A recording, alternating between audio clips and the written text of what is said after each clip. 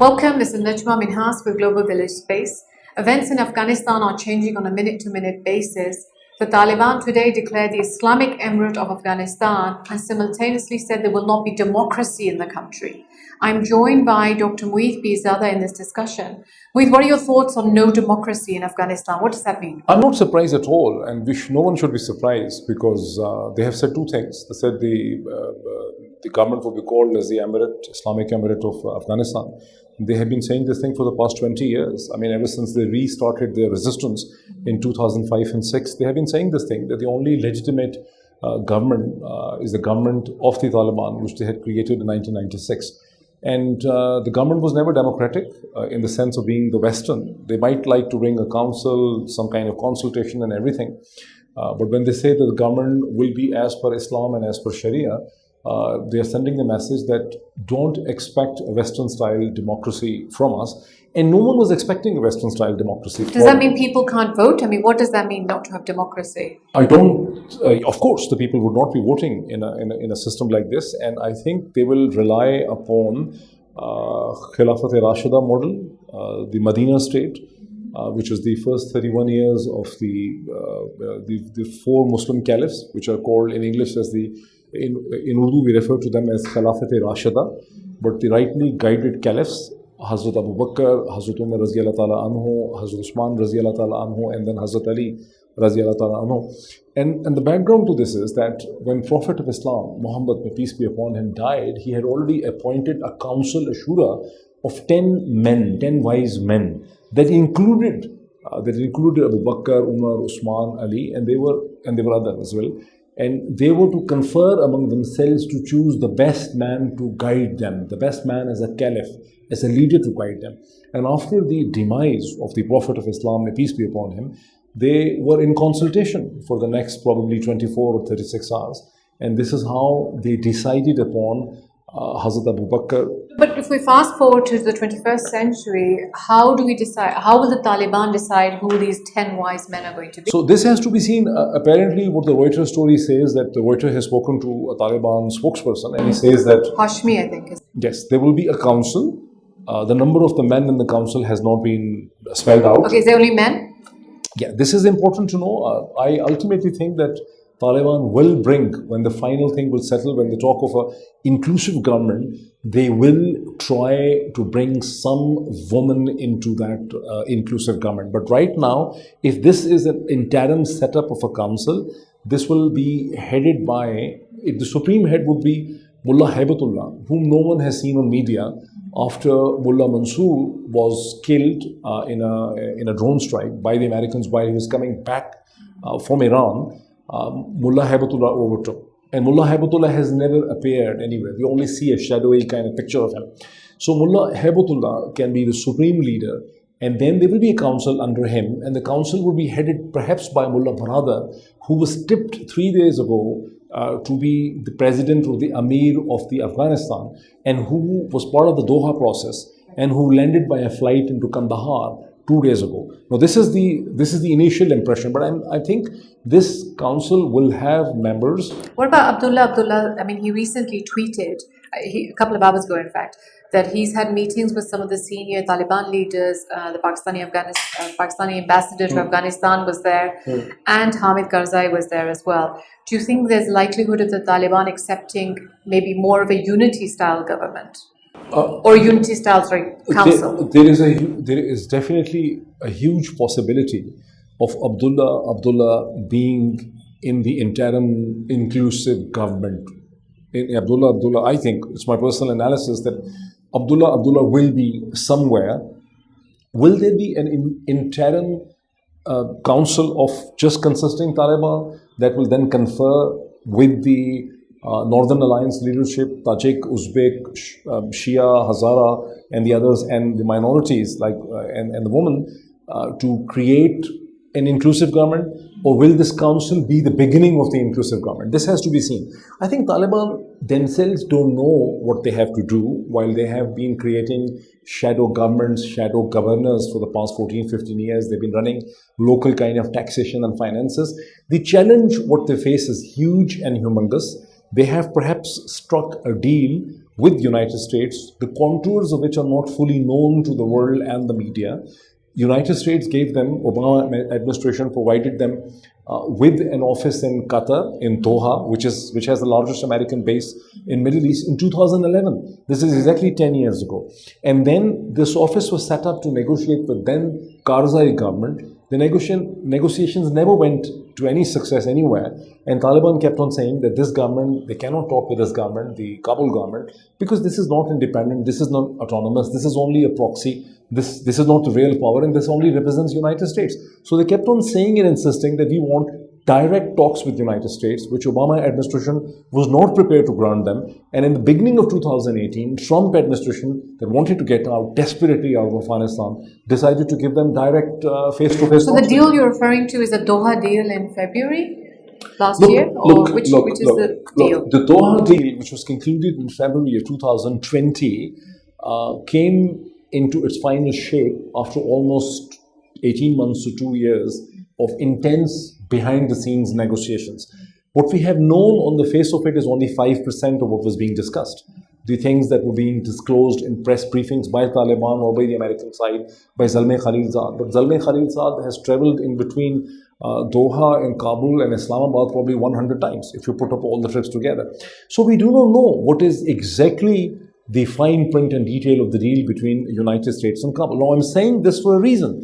The reason is this, that this sudden and rapid collapse of the Afghan National Army, this bloodless takeover of all of Afghanistan, including Kabul, this dramatic Hollywood scene of Taliban actually sitting in Kabul and Americans running the airport, all this, you know, This is a Hollywood scripted deal. This is a sort of a script. This is not very natural and organic. I mean, on one hand, the American media keeps on and demonizing the Taliban. You know, all the liberals keep on demonizing Taliban. On the other hand, you see, look how calculated statements are coming from Washington. So Washington, to my understanding, was not there to protect women, children, and minorities. Washington was there in Afghanistan for its own strategic reasons in an important piece of land that connects Arabian Sea with Eurasian landmass, Central Asia, Pakistan, Iran, China, Russian interests and all that.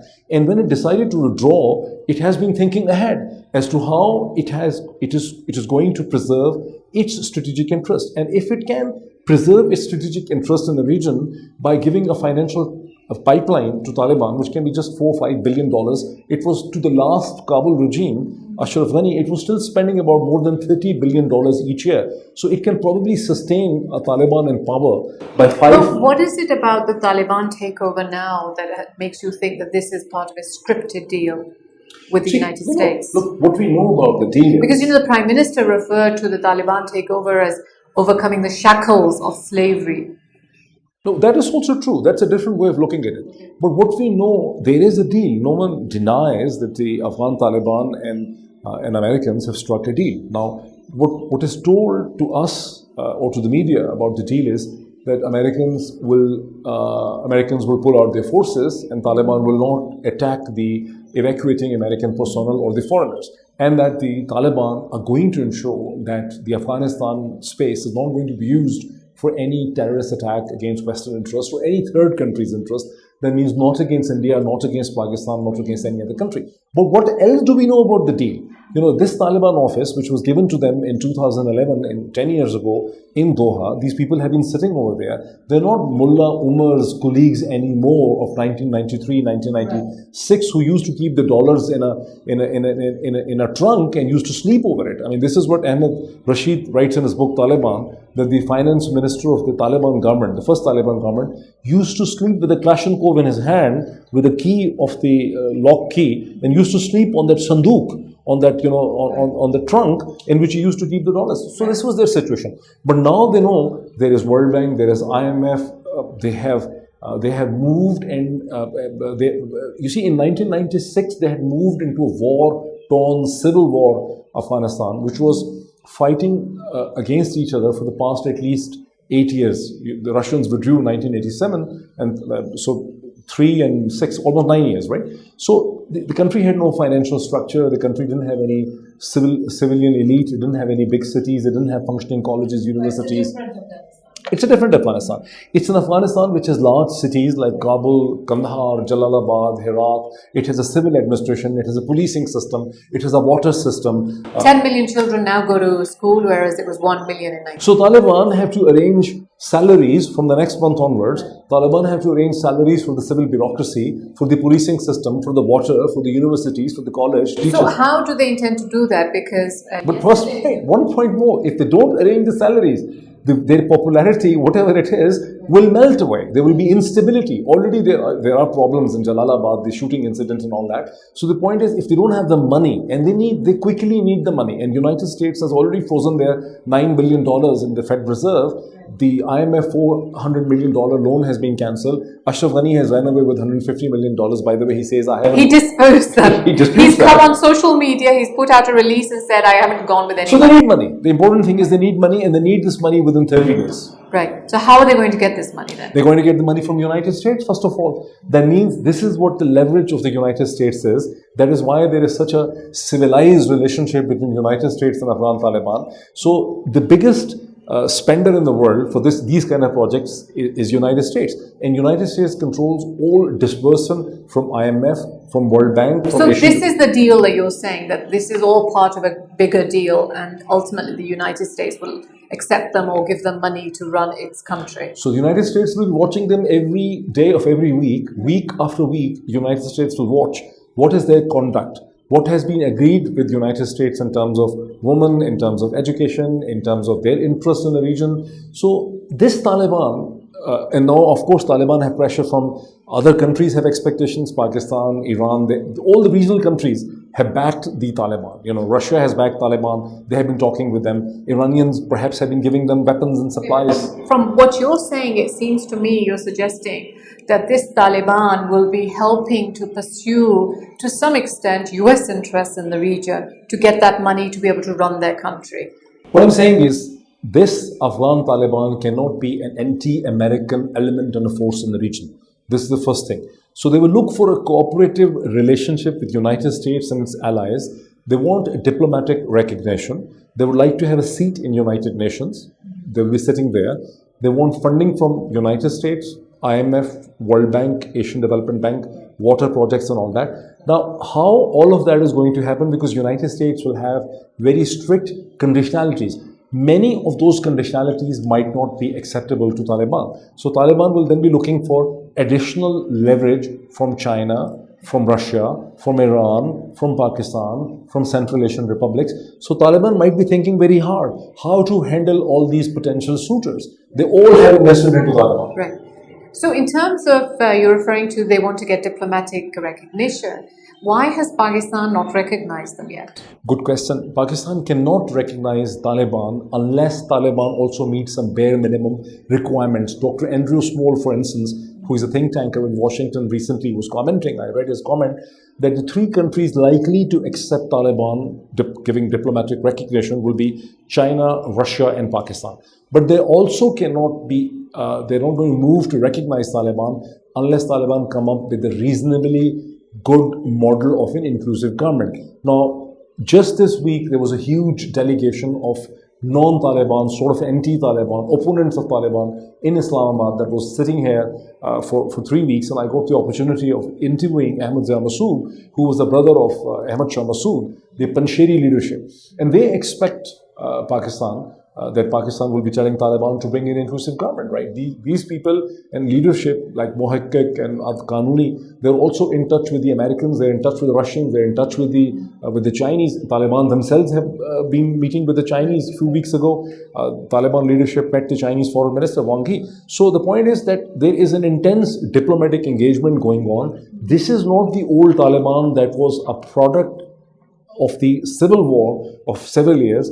This is a product of international diplomacy and negotiation. This is a product of the Doha process, and it has several stakeholders. So the new Taliban, which is trying to appease... It's the right word, new Taliban. The new Taliban, which is Nea Taliban. Yes. So the new Taliban who's trying to appease the Western opinion, for example, making statements saying that girls will continue going to school, women should go to work, and like you mentioned, the female anchor, that the interview that was done with the female anchor, sending the messaging across.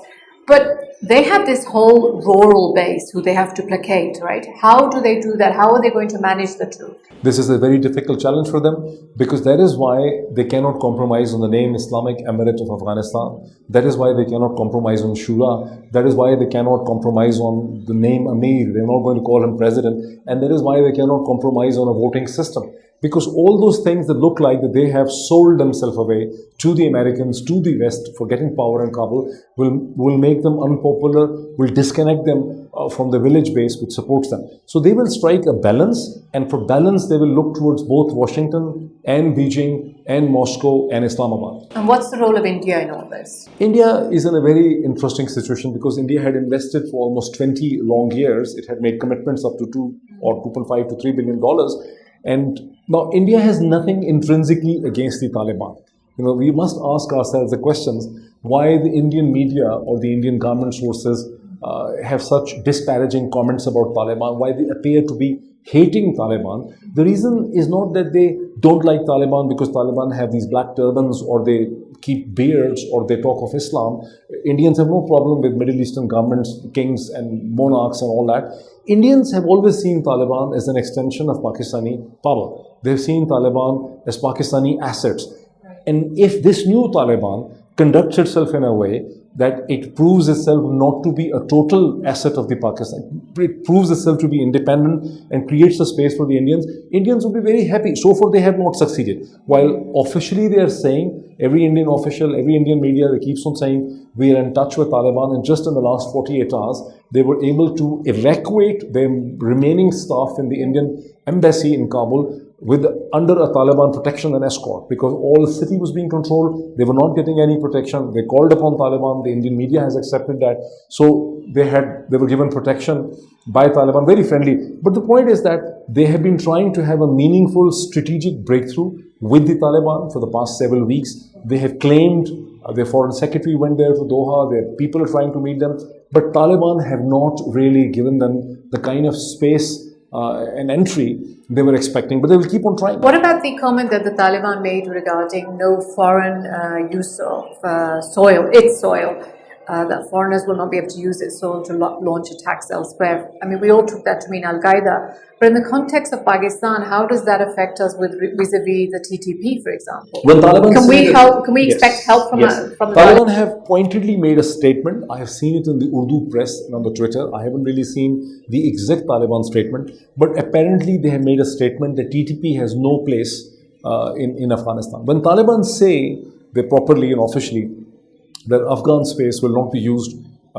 for any third country, by any element for terrorism, this sentence means different for every recipient.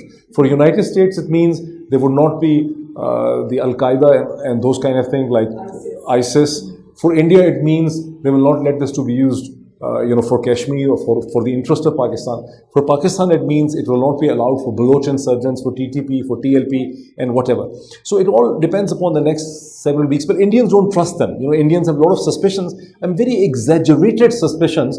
Like they, maybe yes, in 90s it happened that an Indian plane was hijacked and got protection in Kabul by the then Taliban regime, which was a very isolated, not internationally callous, careless regime. And elements might have gone to the then Indian Kashmir, Indian administrative controlled Kashmir, occupied Kashmir, and there was some Taliban help.